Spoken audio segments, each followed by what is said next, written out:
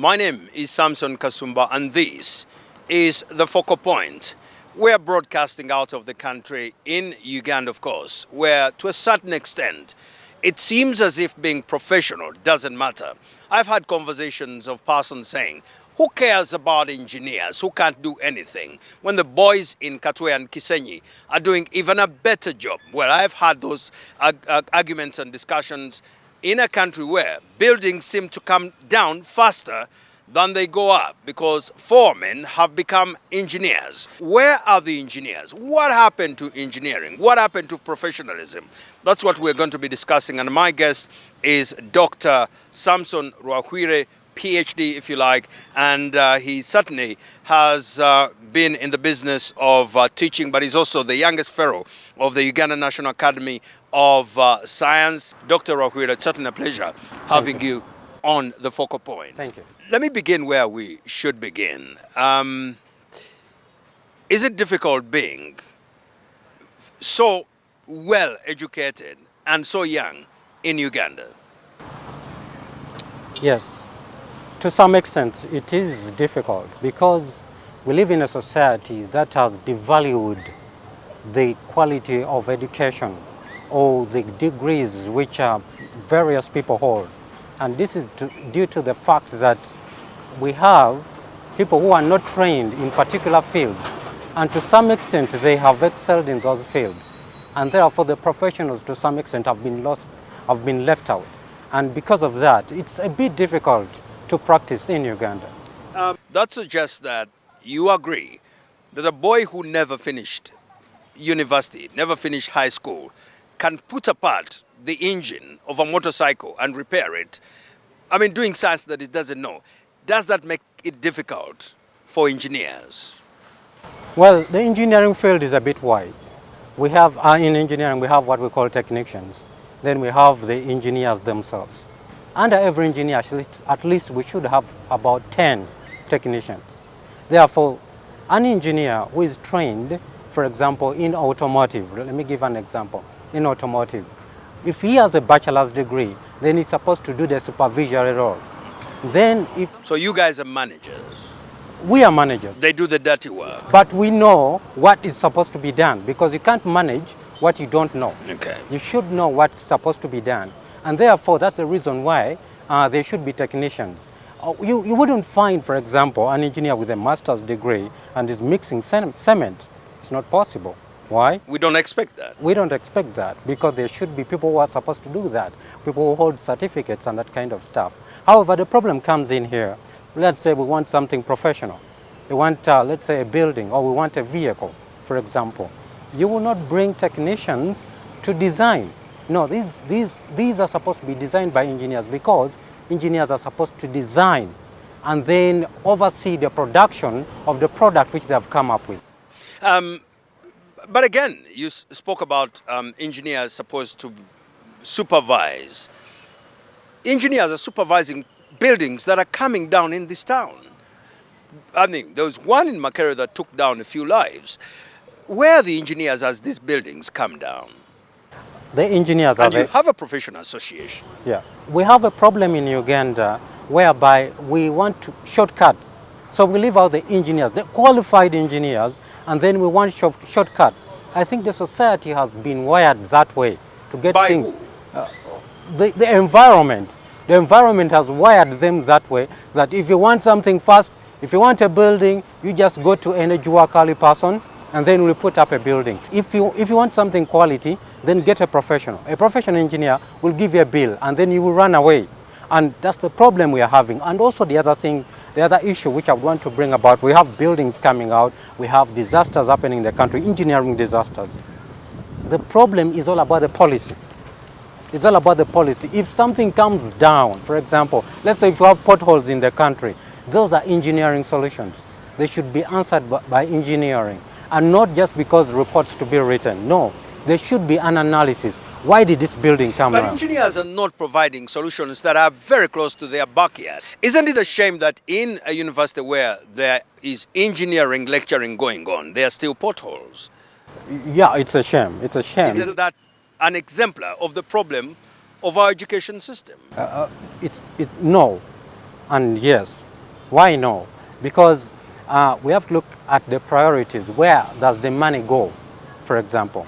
Let's say, for example, if we say we are going to construct a road, are the engineers involved? In most cases, they are not involved. Who should involve them? It's all about policy. Here in Uganda, we are not empowered. So if you empower the engineers, then they'll be able to do something. Does that then explain why there is a disaster like you and I saw out on the lake, and engineers are not asked, their mathematicians are not asked, physicists are not asked, and rudimentary methods are offering solutions that are taking such a long time?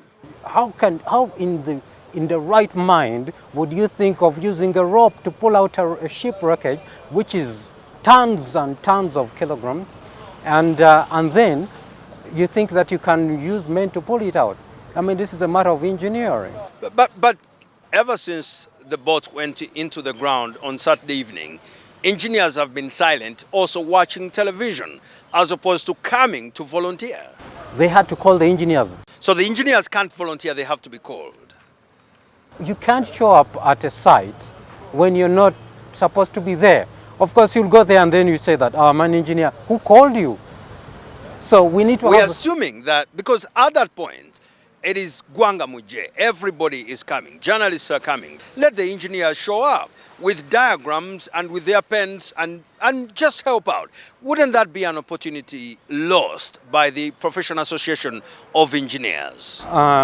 Samson, we have, for example, we have the Presidential Initiative on Infrastructure. Okay. And it's headed by engineers, and I think it's Professor Makali, one of my mentors. For example, that's for the infrastructure.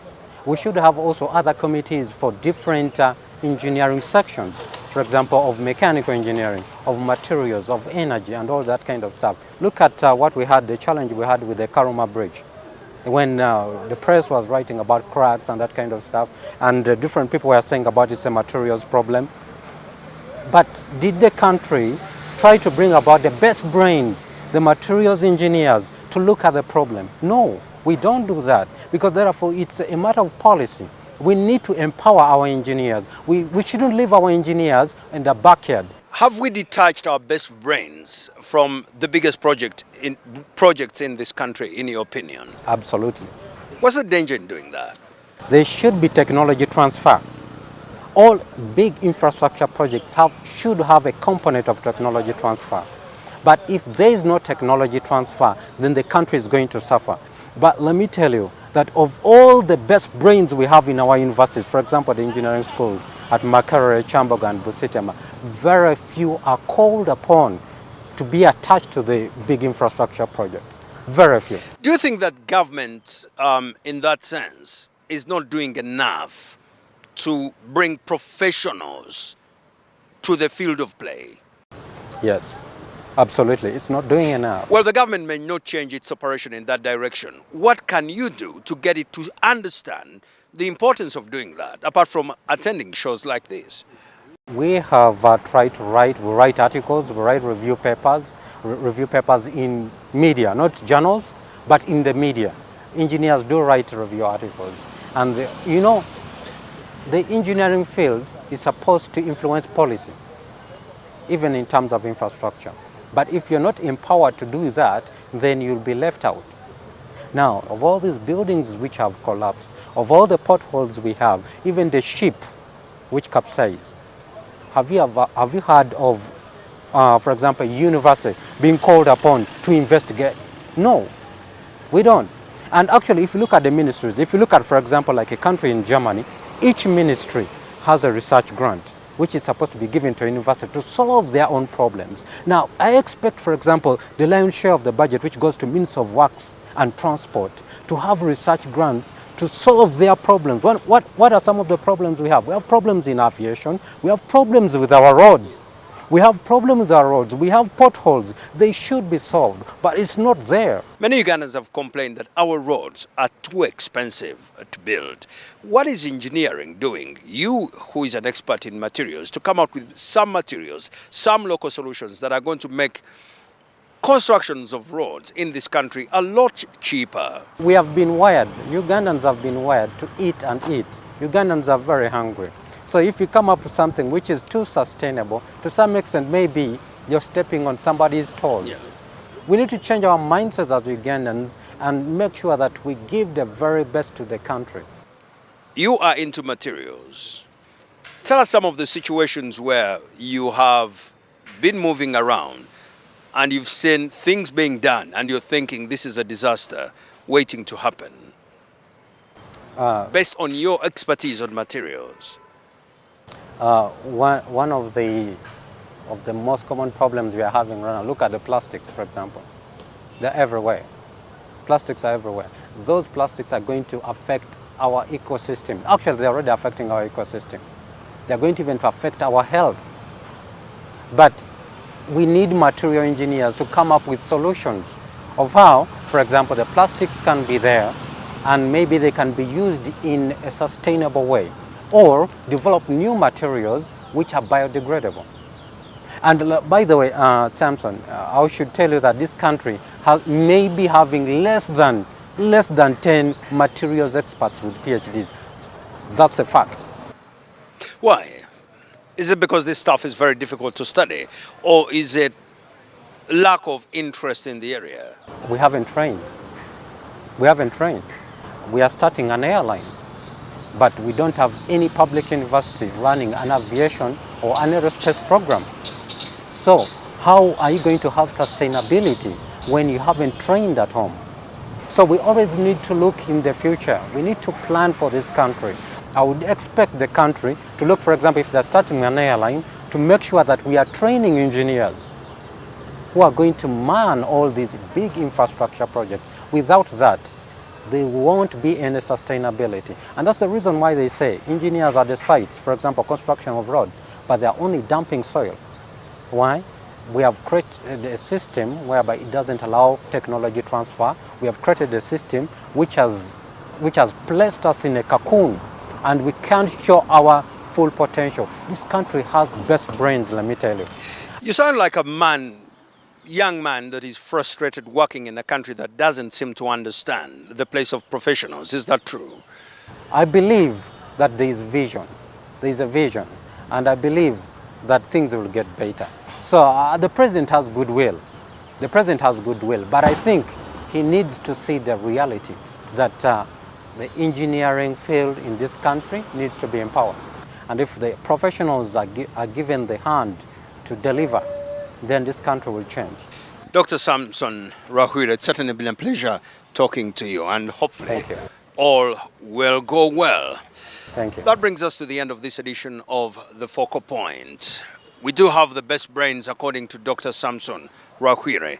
The question is, do they have an opportunity to work in a country where those who have money seem to think that they understand everything and they should be offering all the solutions, even when they're professionals, to do the work? Thankfully, although somebody has the money here, they allow the cameraman to do their job. Good night.